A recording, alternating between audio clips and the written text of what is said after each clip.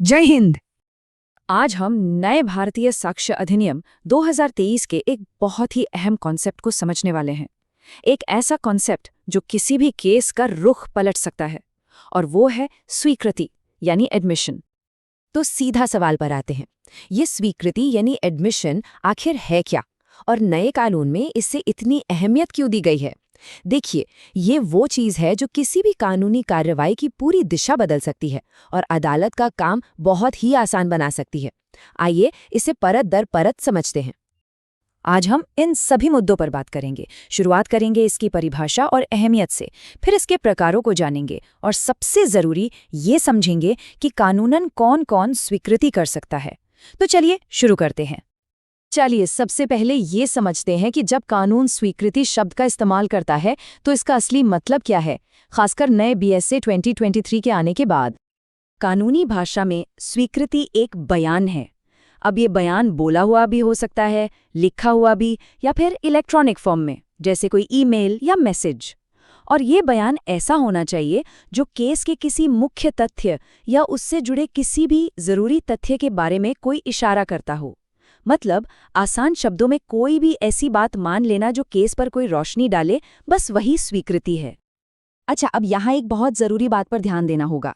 ये एक ऐसी गलती है जो आजकल बहुत लोग कर रहे हैं। देखिए, नया कानून तो आ गया है, लेकिन कई पुराने सोर्स और लेख अभी भी पुराने कानून का ही जिक्र कर रहे हैं। इसलिए सही और अपडेटेड सेक्शन कौन सा है, ये जानना बेहद ज़रूरी है। देखिए, पुराने इंडियन एविडेंस एक्ट 1872 में भी इसकी परिभाषा धारा 17 में ही थी, लेकिन वो कानून अब खत्म हो चुका है। अब जो कानून लागू है वो है भारतीय साक्ष्य अधिनियम 2023, और इसमें स्वीकृति की परिभाषा धारा 17 के तहत ही दी गई है।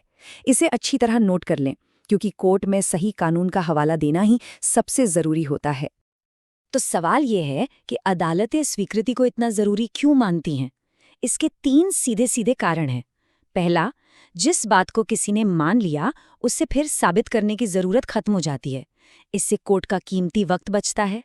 दूसरा, ये माना जाता है कि कोई भी इंसान अपने ही खिलाफ कोई बात यूं ही नहीं मानेगा।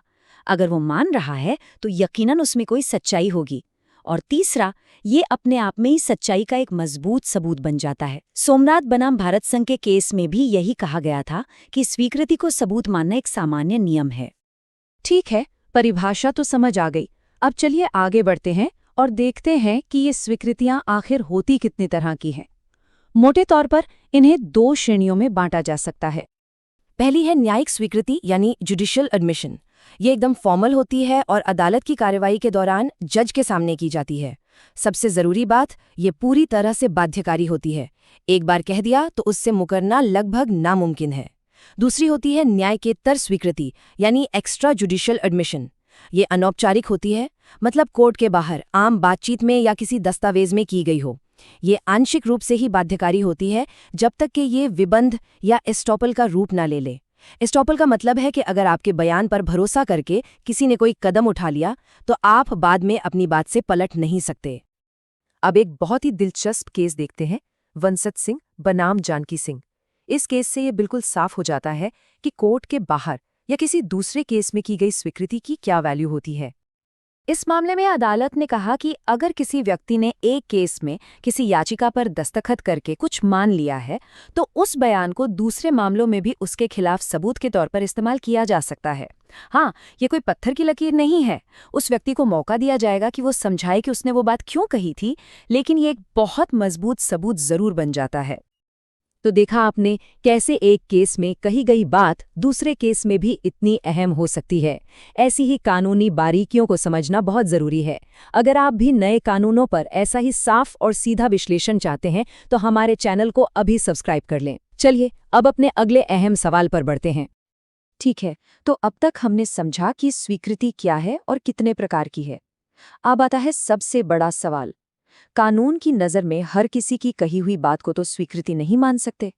तो फिर वो कौन लोग हैं जिनकी बात को स्वीकृति का कानूनी दर्जा मिलता है?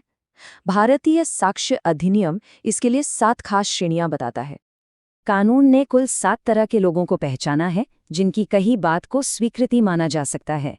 इसमें केस लड़ने वालों से लेकर कुछ खास तीसरे व्यक्ति तक शामिल हैं। चलिए अब एक एक करके इन सबको जरा विस्तार से समझते हैं। सबसे पहली और सीधी श्रेणी है वाद या कार्यवाही के पक्षकार, यानी जो लोग सीधे सीधे केस लड़ रहे हैं। दत्तात्रेय श्रीपति बनाम शंकर मामले में भी यही कहा गया था कि पक्षकार का बयान बहुत मजबूत सबूत होता है। दूसरी श्रेणी है अधिकृत एजेंट। अगर किसी एजेंट ने अपने अधिकार के दायरे में रहकर कोई बयान दिया है तो वो उसके मालिक पर भी लागू होगा, जैसे कंपनी का डायरेक्टर या फिर जिसके पास पावर ऑफ अटॉर्नी हो। यूनियन ऑफ इंडिया बनाम मोहनलाल केस में यही हुआ था। पावर ऑफ अटॉर्नी होल्डर ने किराए का बकाया मान लिया और ये स्वीकृति किराएदार पर बाध्यकारी मानी गई। चलिए अब उन लोगों की बात करते हैं जो किसी और की तरफ से काम कर रहे हैं या जिनका केस की संपत्ति में कोई सीधा लेना देना है। तीसरी श्रेणी है प्रतिनिधि की हैसियत वाले पक्षकार, मतलब जब कोई व्यक्ति एक प्रतिनिधि के तौर पर काम कर रहा हो, जैसे कोई ट्रस्टी या वसीयत संभालने वाला, तो उस दौरान दिया गया उसका बयान ही स्वीकृति माना जाएगा। चौथी श्रेणी है संपत्ति या पैसे से जुड़ा हित रखने वाला व्यक्ति। अगर किसी का केस की विषय वस्तु में कोई आर्थिक या मालिकाना हक है तो उसका बयान भी स्वीकृति माना जाएगा, भले ही वो केस में पार्टी ना हो। जैसे अगर भेजा गया सामान खो जाए तो भेजने वाले का बयान सामान पाने वाले के खिलाफ भी इस्तेमाल हो सकता है। और अब आते हैं आखिरी 3 खास श्रेणियों पर। यहाँ मामला थोड़ा और दिलचस्प हो जाता है क्योंकि इनमें किसी तीसरे व्यक्ति का बयान भी एक वैध स्वीकृति बन सकता है। 5वीं श्रेणी है पूर्ववर्ती हक वाला व्यक्ति, यानी संपत्ति का पुराना मालिक। सोचिए, अगर किसी प्रॉपर्टी के पुराने मालिक ने, जब वो उसका मालिक था, प्रॉपर्टी के टाइटल के बारे में कुछ कहा था, तो वो बयान आज के नए मालिक के खिलाफ भी सबूत माना जाएगा। जैसे मान लीजिए ए ने कहा कि उसने अपना घर बी के पास गिरवी रखा है। बाद में ए ने वो घर सी को बेच दिया, तो ए का वो पुराना बयान सी के खिलाफ भी सबूत के तौर पर इस्तेमाल हो सकता है। 6ठी श्रेणी थोड़ी तकनीकी है। ये उन लोगों के बारे में है जिनका दायित्व केस के किसी पक्षकार के खिलाफ साबित करना जरूरी है।